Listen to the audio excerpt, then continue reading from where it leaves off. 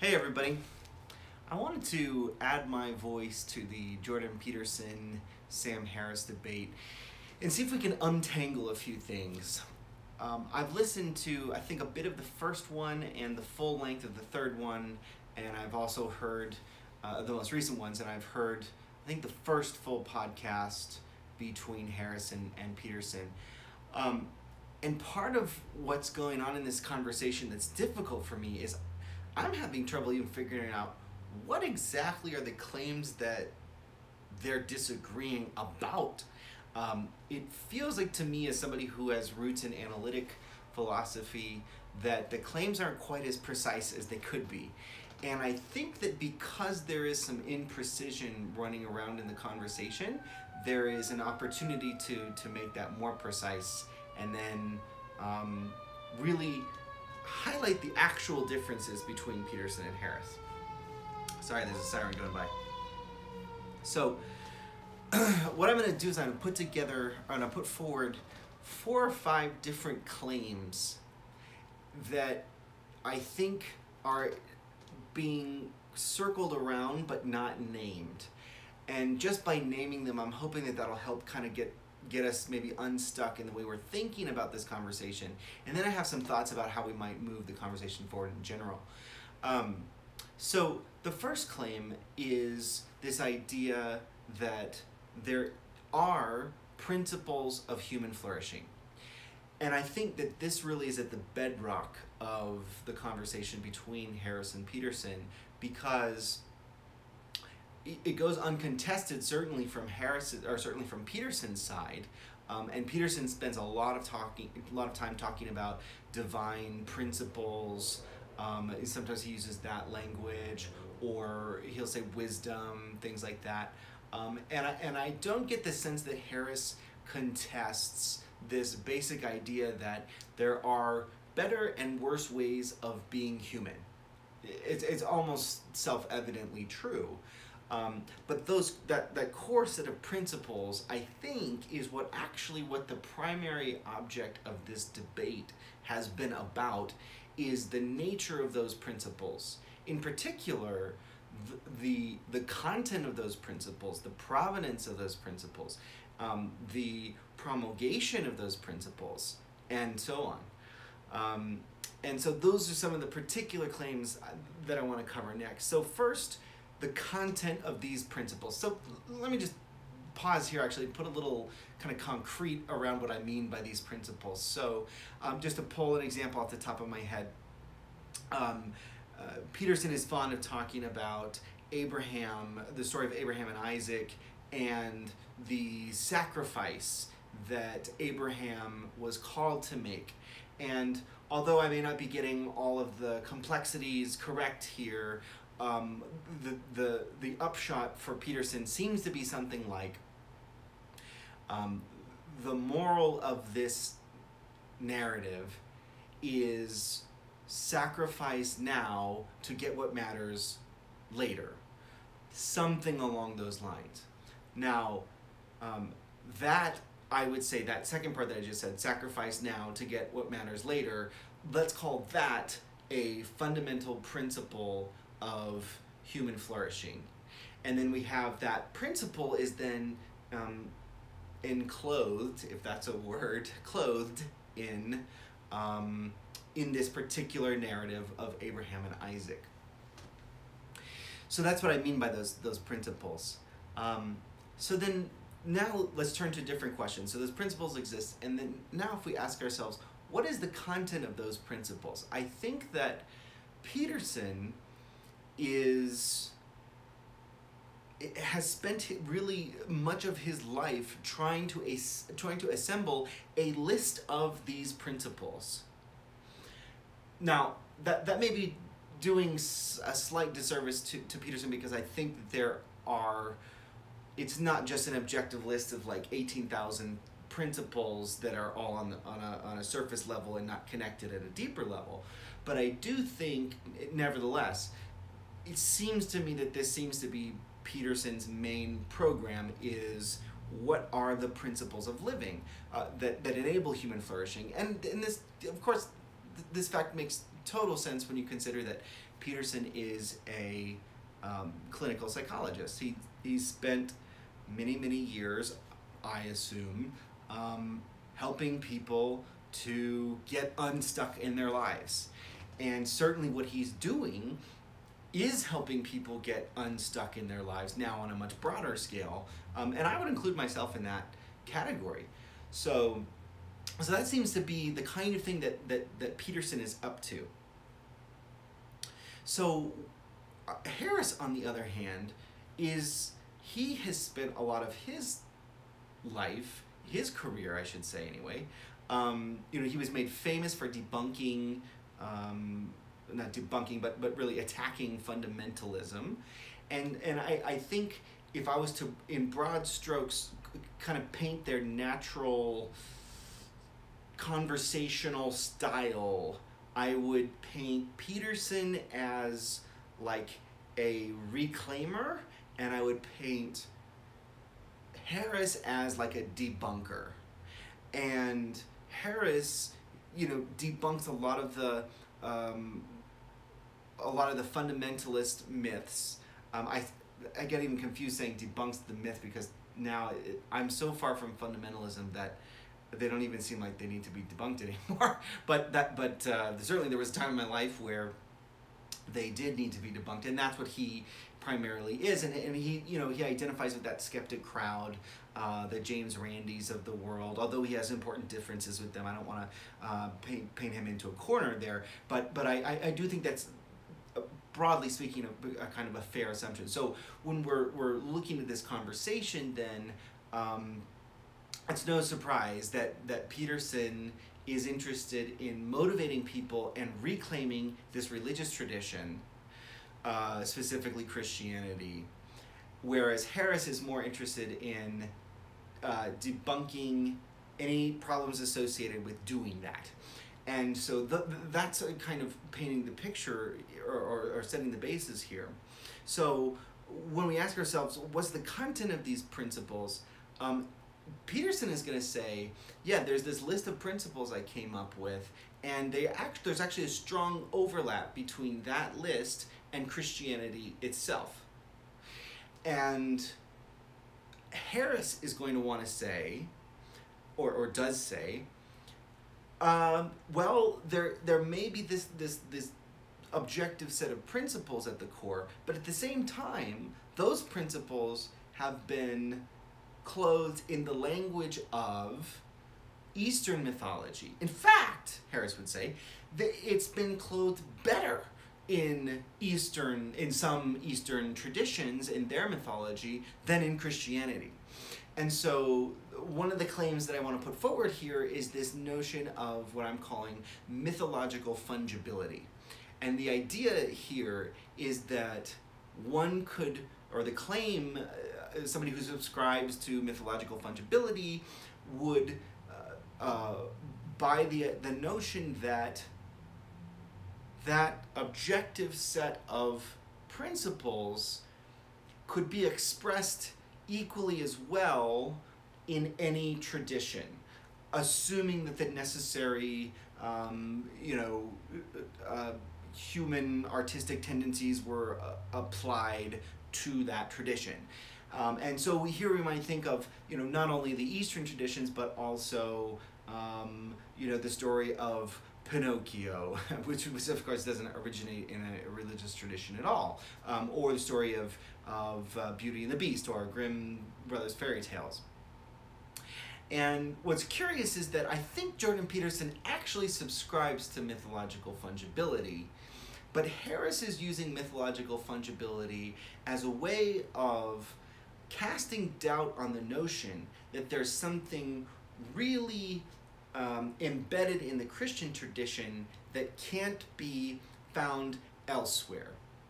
And so I think Harris's notion here is primarily about, or I should say Harris's fight with Peterson is primarily about the idea that the Christian tradition could be replaced and we could use myths from all these other different traditions and it would be just as effective, or perhaps more as effective. Whereas, on the other hand, I think Peterson is responding to a couple of different problems. One is on a personal level, how do I motivate people to change their lives? But the second problem is on a societal level, how do I reclaim, or how do we reclaim the Enlightenment values which have underwritten much of the progress of the last however many centuries, under which the banner of Christianity flew. So this idea that Christianity, on Peterson's view, I think Christianity really does have something, let's call it superior about it than other mythological traditions. And so the claim that I would want to I hesitate to say pin on Peterson, but try and get from Peterson whether or not he really agrees with this, is the claim that Christian mythology is in some sense superior to other mythologies. So that's a kind of a nice little tangle there, and I'm going to leave that there and move on, and then at the end I'll return to that. So there's a second interesting question going on in this debate beyond the content of these principles, and that question is, what kinds of justification could be given to support these principles? So, in other words, how can we know that these principles are true? Just a question of epistemology.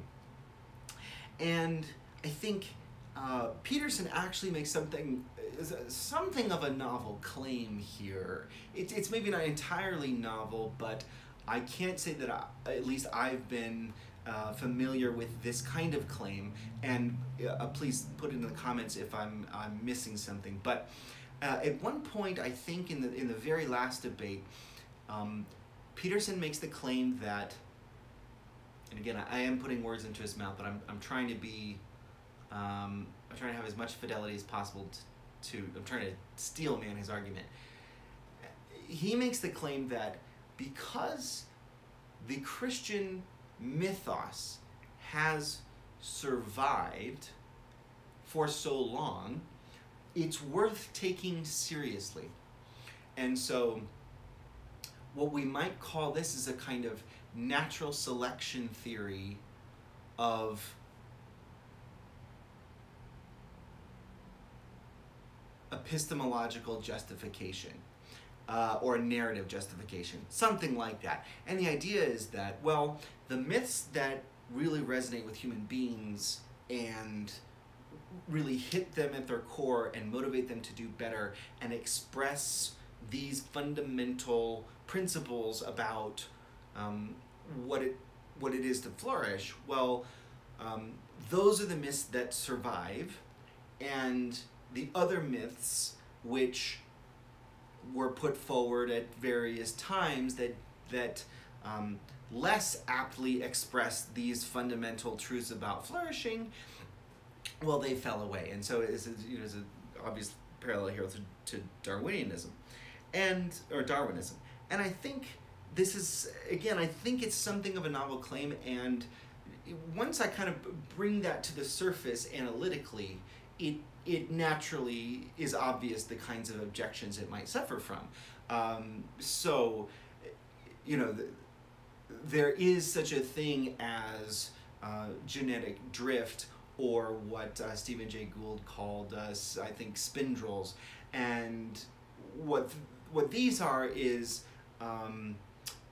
mutations that have survived not because they were apt, or they were the most fit for reproduction, or they didn't express fitness perfectly. They survived for some other reason. And so, an example of this might be the fact that I have an appendix is not a good reason to think that appendices are necessary for human flourishing, right? And I actually think that's true. I'm not a biologist. And by the way, I would love it if some evolutionary biologist, hint, Mr. Weinstein, would love to have more clear language about this. But I do think Peterson's making an interesting claim here. So I'll leave that there. So now, so we've covered two claims. One is what are the content of these principles, and whether or not mythological fungibility is true. And then there is the claim of how these principles are justified. And I think there's a third claim lurking around here, and this is the idea that that myth, it's a question of the promulgation or the education of these principles. And it's primarily a question of how effective are the strategies that one might employ for promulgating a myth, or I should say promulgating the principles. And Harris, I think, is concerned about the idea that we just naturally assume myth is the kind of thing that communicates this best. And so, I'm not going to spend too much time on this claim, but the claim is that it makes more sense to educate people on these principles by clothing these principles in myth than merely saying in a kind of naked or bald way, here are the principles themselves. And so you might think of that as almost a kind of like Marcus Aurelius meditations. That would be the more kind of bald approach. And then the mythological approach would be much more like Christianity. So that's the third claim. Now the fourth claim, and I'm going to wrap up either on this one or the next one. The fourth claim is this notion that, I tried to come up with a name for it, and it sounded highly technical, but the name was mythotheological identarianism. And the idea that I meant to get at there was this notion that when one is talking about God, one is actually talking about myth. Or something like, these two realms are either continuous, they fade into each other, or they're contiguous, they abut each other, or they are identical, or they are contained one within the other. But I do think there's something interesting here about the way that Peterson is treating mythology, treating theology. He is certainly coming from a very particular strain of theological hermeneutics, really, and from that tradition deciding that, okay, it's appropriate to look at theological statements in basically the same way we look at mythological statements. And so this starts to get to the notion of literal versus mythic truth. So you could think of a good example of this being Abraham and Isaac. So if we return to that example, Abraham and Isaac, the question is whether or not Abraham was really actually physically standing over Isaac about to murder his son. And Peterson would we don't know what Peterson would say actually, or to put the example to make it more extreme, whatever the mythological value of, say, the story of the flood and Noah. I'm just going to make up something off the top of my head. We'll say the principle of human flourishing is, plan ahead, right? Don't get in a flood. Have a boat. This was probably something much deeper there. I'm sure I've done no service whatsoever to the authors of that Genesis account. But the question is, does Peterson really think that the earth was flooded and that, you know, all the animals 2 by 2 came and fit on one single boat and Noah saved the earth? And I think the answer is no, but Peterson feels very dodgy on this question. And dodgy, I mean dodgy in the sense that he's dodging the question a lot. And so that brings us to our last claim, which is just the basic claim of monism versus dualism. And really that's another way of saying that is supernaturalism versus naturalism. A much more crude way of saying that is God a man in the sky or some other kind of abstract psychological entity that nevertheless inheres in the material world, or at least all of the properties that we know about that God could inhere in the material world on Peterson's view. And so the question is, how bloated is Peterson's ontology? Is Peterson interested in a kind of supernatural realm that then interacts with the natural realm to enable something like a human God to interact with mankind? Or is Peterson willing to accept a kind of shorn ontology that is austere in its, at least ostensibly it's austere, but is nevertheless it has enough space for the kind of God that he believes in. I think that Peterson would say, no, I'm not interested in this supernatural ontology. But again, Peterson, he gets squirrely on this, because when the claim is made, or when the question is asked, Peterson, what are your views on a supernatural realm? He'll say something like, well, supernatural realm, I'm putting words in his mouth, but it could be something, psychologically within ourselves, or that could be represented in the subconscious, and so on. And so I would love to see somebody really pin Peterson down on using really the language of analytical philosophy here to get him to really fess up to, even if he doesn't have a certainty about whether or not there is a supernatural realm, at least does he have a gut feeling, or could he assign a probability one way or the other? It's probably obvious that I assign the probability of that supernatural realm is very low. I'll just say one more thing here. I'll leave it there, and then I'm gonna move. This is the part of the conversation where I'm gonna attempt to move it forward with a little bit of a summary and my own views. So I do think, when we're thinking about this entire conversation, that there is really a cultural conversation which the Harris-Peterson debate is a synecdoche of. In this conversation, what I don't want to see is for us to regress on any particular progress that we've made, as maybe the intellectual progress that we've made as a society.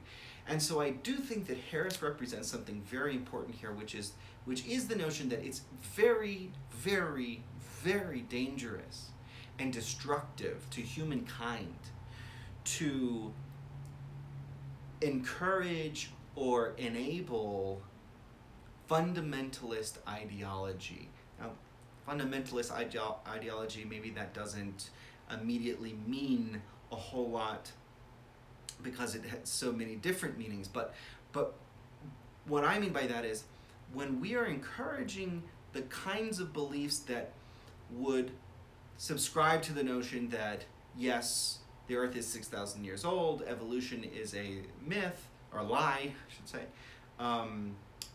Well, what we've noticed so far in history is those kinds of beliefs also facilitate the kinds of beliefs like God told me to go kill, whatever, the infidels, thousands of infidels, and so I went and did it.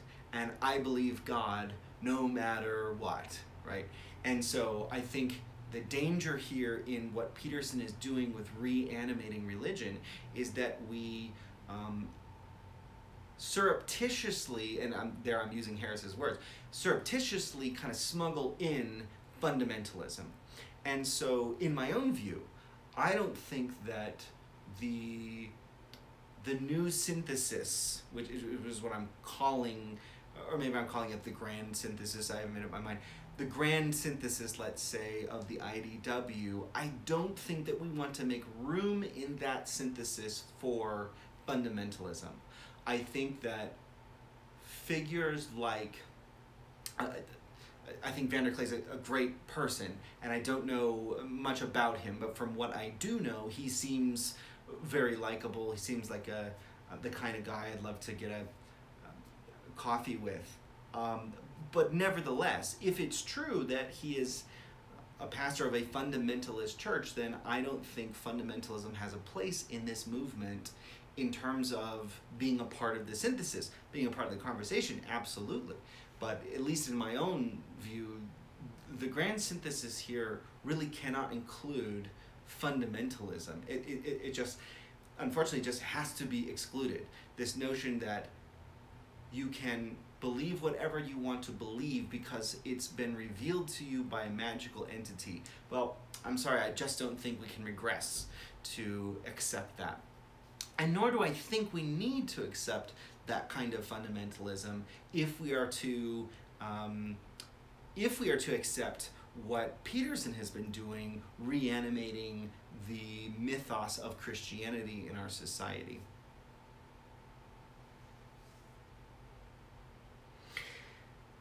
I do, on the question of Christian mythological supremacy, shall we say, I think there's a way to parse this without, I think there's a way to have our cake and eat it too, in the following sense.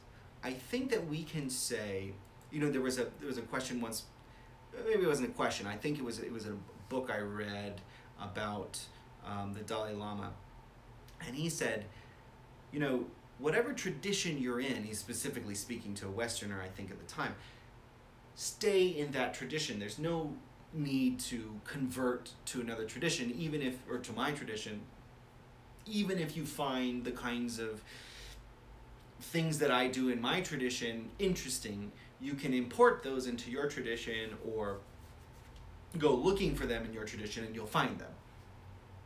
And I think there's a similar thing going on here. I don't think that we need to concern ourselves with the question of whether Christian mythology is really superior to any other mythology, so much as we should concern ourselves with the question of, if I subscribe to this Christian mythology, am I getting all the necessary truths for human flourishing? And certainly that quest should be informed by all these other traditions. And I think that oftentimes this is what Harris is getting at when he's prodding Peterson is, hey, there's more out there. It's not just the Christian tradition. And I think that if Peterson was to put a moment's reflection into this, and maybe he already believes this and I just don't know, but it does seem to me that this is almost obvious on its face, and I think that the way to move the conversation forward here is, again, not to be concerned with whether the Christian or the Western traditions are superior in terms of their mythological aptness to bring out this set of human principles. No, the real question is, what are the set of human principles at the bedrock? And we should go find those from everywhere we possibly can. And then in our own tradition, what can we reclaim there inside our Christian tradition? And if we can get everything in the bedrock principles in our Christian tradition, fantastic. I suspect we probably can. Could be wrong. But that's something that we'll need to work out as this conversation goes on. So I think I want to leave it there. I'm just going to put one more bow on this present analogies. Sometimes I go overboard. So I wanted to just talk a little bit about my own experience and my own understanding of these issues. I grew up a fundamentalist evangelical, and so that naturally informs some of my, hopefully not hostility, but caution against letting a corrosive tradition like fundamentalism into this new synthesis. So, yeah, I grew up an evangelical Christian, and then I let that go, and for a long time, I then was unable to look at the religious traditions at all, certainly Christianity, and see anything of value. Instead, I saw kind of all of the ills of fundamentalism that Harris just talked about, or Harris has talked about, but I also just couldn't see the value of it. I think, honestly, because I was so angry about everything that went down when I left. But then I came to this eventually, after the anger dissipated and the guilt and all the other emotions, and I could look at it a little more objectively, I came to look at these traditions much in the way of poetry. And so poetry resonated with me as a model for these, a kind of, a model, because I could appreciate the cadence of the Psalms, or the sound of the Proverbs. I could even appreciate how the poetry of the stories in say Genesis, like the Abraham story, that if I looked at that as poetry, yeah, it pointed to something beyond itself that was true about being human, and so that was useful. And I think there's been a shift for me in the last couple years, and it goes one step past that. I'm still a thoroughgoing naturalist. I don't subscribe to any idea of a deity, a supernatural deity, I mean, or a supernatural realm. But at the same time, I've begun to see religion much more like music than poetry. And what I mean by that is music, first thing is universal. No matter if you understand the words, almost any human being, assuming they have the relevant capacities, can participate in it immediately. And the second thing is, it's not just that they can participate in it, it's that it hits us somewhere in this deep psychological space that compels us to move. And I think that religion is very much along the lines of music in that sense, that when religion is done right, it speaks to something universal in the human soul. And I do think that what Peterson has done is he's reanimated that. And at the same time, I completely agree with Harris that we cannot regress and let the fundamentalism in at the same time. But that doesn't preclude us from dancing, from enjoying the music, from being moved, from, cleaning up our lives, bucko, in that kind of Jordan Peterson way. So those are my thoughts. I'd love to hear your comments down below. And thanks so much. Cheers.